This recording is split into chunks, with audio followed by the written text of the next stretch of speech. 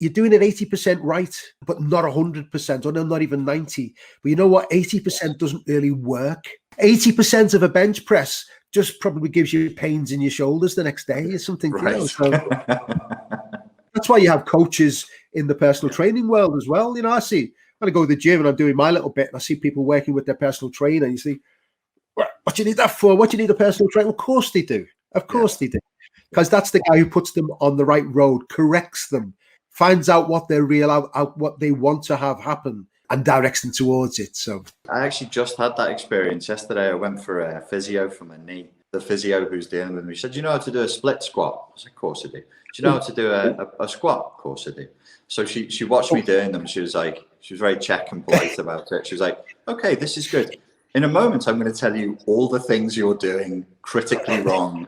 I'm like, I've been doing this for 20 years. I can't be doing it wrong. "You are doing it wrong." And I was like, oh, shit, here we go. Back to white belt level. Okay, show me. Let's start again. Because you get habits, don't you? You just, if it's pain-free, it must be right. I know. No, I know. Well, you know what? That's another interesting thing, isn't it, about the programs as well? All of the programs. This one will prove to be the same, I'm sure. I think your phrase you used somewhere in it was, this is not cosmetic work.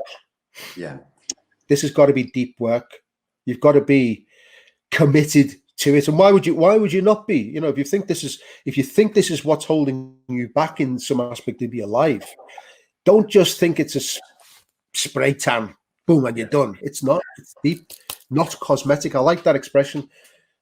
And that's another reason why having a coach there is the coach will help you, push you, motivate you, whatever it is required once they've read how you operate as a human being. And that's, again, all different.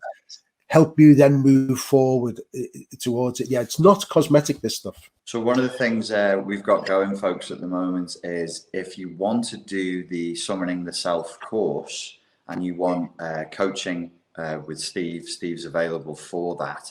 And he can, if you like Steve's style and you think you'd work well with him, he can coach you through the whole process because, well, obviously you've worked with the course yourself. So it's not torture, but it's not easy, is it? It's not an easy course. It's not. It's that thing. It does require. You've got to do it. You just got to do it. Yeah. You know, it's like the gym analogy again. You know, we're coming up, well, different year this year, but people will pay a couple of £100 for the gym membership, go once in January, and then wonder why they didn't get fit. You've got to do it. You've got to keep on track.